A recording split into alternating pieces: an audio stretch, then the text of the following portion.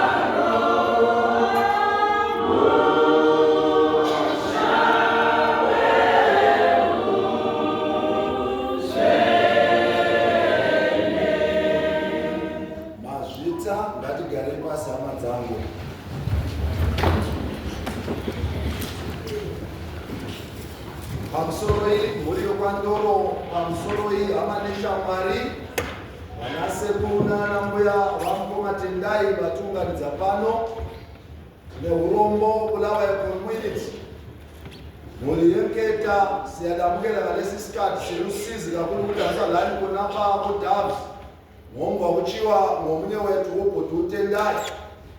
The Soka fraternity, allow me to welcome you in a special way.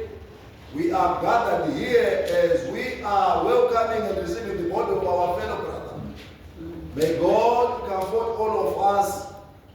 Obakatesi, asozuwa lesikati senkonzo konapa, umani ngicele umvangeli usivako.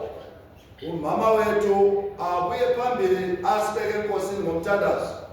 Uvangeli sivako vathatinamatira mushure momunamato ndogokudza izvinotevera mazvita.